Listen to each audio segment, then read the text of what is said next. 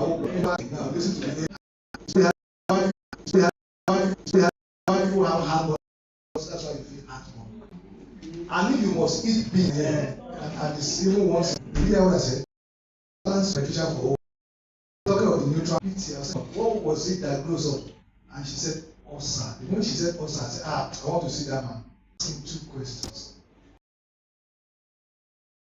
The next question, what are the favorite food? He said, I should hold on, there was no issue. So I had to cancel him. I gave him this book. And when the man saw me, I think 2 months after, he get up from his level and gave me a hug. And I was so impressed. You know, this ministry, I thank God, it has really helped a lot of people. Let me just share a couple of testimonies before I move to the other things on food, on diet. I want every man to listen to this because this is actually rampant too. A man called me, he said, can I come and address his reunion group? That those of them that have left school for years, they want to gather, that can I come over? And I said, is he in the band? I said, no, he's there. I don't like traveling. I thought, he will be discouraged. He said, send me your hand over. And the next he just wired the body. I said, I've already committed. So I retired from ministry, directors. I was like, I called him to one corner. I said, look, young man, what's the problem? Why did you come to come and address this? No, that I got your book the day you came to me. I will come and shop side. It's excruciating pain. And then he had also lost erection. And you know if a man feels pain one part of the body and no erection, that means blood has ceased to flow. So they actually knew that it's just one food that is the culprit. And guess the food? Milk. All blood groups are lactose intolerant. They can't digest milk efficiently. So milk forms clots in their artery. And if you keep taking milk, that clot upon blood will cease to flow. That was the problem. And he said, and after a while the erection came back. And I gave him a hug that wow. Then my boldness enhanced that yes, I want to go to them. Because ignorance, people are just in front of all these things. And please, more time. She said she just called me to her. She said, looking for the sharp ones. And when she goes to office, she also goes with a knife. God. That's a lot of knowledge. So please, everybody and that one has to do with your blood group. Just squeeze it and drink it the way God has given it to you. That's natural. I mean, yes. But if you have a juicer, maybe you have a juicer in your kitchen and you juice that orange, we call it moderately, that into it. See orange that is there, which is processed. Those ones are the ones that you need to limit to it because they are processed.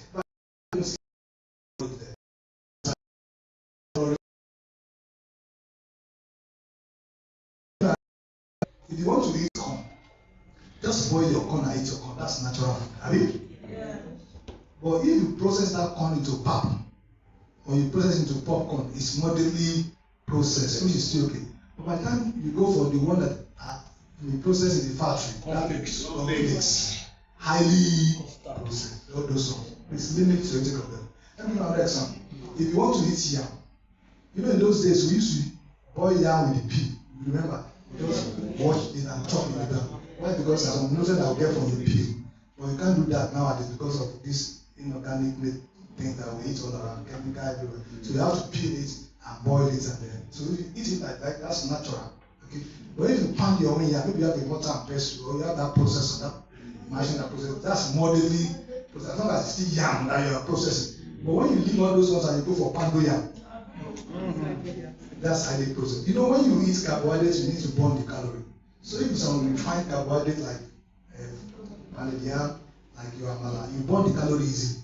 By the time you walk from here to the gate of this estate now, you drop the calorie because you don't burn the calorie in those refined carbohydrates easily. And that's why you see white men, when they eat highly processed, they don't joke with exercise, they always work out. But we don't exercise, and yet to copy them. So please be careful with that. Yeah? I think we are good to go. Now, number 2, because of time, eat the right food at the right time. Eat the right food at the right time. There are foods that are meant for breakfast. There are foods that are meant for lunch. So maybe just eat anything that they see or they like. I gave a lecture somewhere in the morning around 7 8. So they wanted 1 hour lecture before they but one guy stood up with pride, and he said 6 a.m. Well, that's for breakfast. Whatever. Were you in that program? He said a banana soup. No, a banana soup is every day, and you must not interrupt it. This morning, I'm sure that people don't do it every day. Some don't even do it in 1 week. Yes. So I've seen a case of 3 months. A woman came to me for consultation. She said she has not been for 3 months. That she now practically placed the pieces in her mouth because the pieces has been flushed back to the small intestine and they are now coming up to the septum. So please be careful. The Lord will help us. Give me 2 more, and I will drop the mic. Please eat proper food combination. Eat proper food combination. The way you combine your food also matters. The way you combine. This morning that they brought food to us, we saw porridge, we saw vegetable, we saw what again? Egg. But we need to understand the way to combine. Some people will mix carbohydrates heavy in a meal. I've seen somebody before in a restaurant, he was eating rice with spaghetti with yam. All together. Because that will take a longer time. There's a time that is allotted for food to go through your digestive system. So if you eat that way, it will take a longer time to pass through that way. So take a walk about. What they served this morning was well combined. What that porridge with vegetable it was well combined.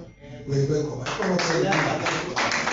Because in the daytime you need more of carbohydrates. And that's why you see that porridge was bulky. And you need little protein because we don't need so much protein in the daytime. We need carbohydrate that will give us energy to move up and down. It's in the evening that we need more of protein. That's the way to go about it. And lastly, let's close on this one. Please don't. I want to say one thing about water before I give the last one. Water. Water. We're consuming water too. Now, I saw a mistake that we make. I saw a mistake that we make here now when we're eating. All of us make that mistake. It's water by a meal. It's not only unhealthy, it's also a sin. It's a sin.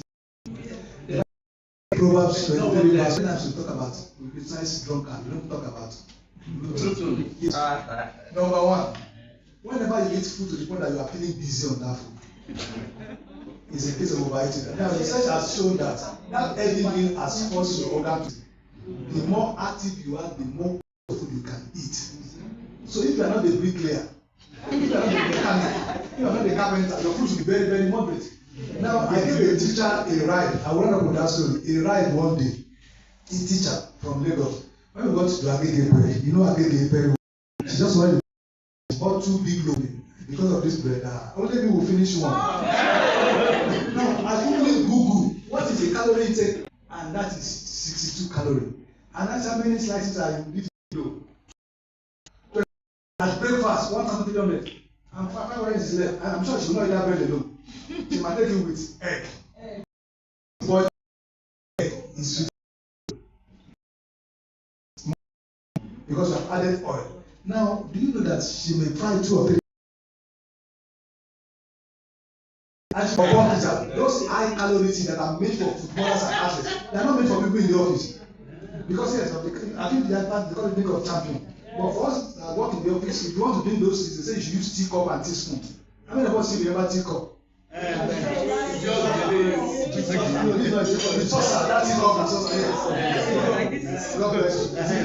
you know that this teacup, all you need to do is to put 4 teaspoons of milk. But how many of us still use teacup to be? Now Daniel says in 1:8, Daniel proposed in his heart not to defile himself with things. That defilement is not talking about politics, it's talking about appearance. Because the king needed people that are healthy and looking fat. Many of us now were defiling ourselves with food. So it is up to you. It is your choice not to defile yourself. God bless you. Pick number. Let them just pass by. Okay.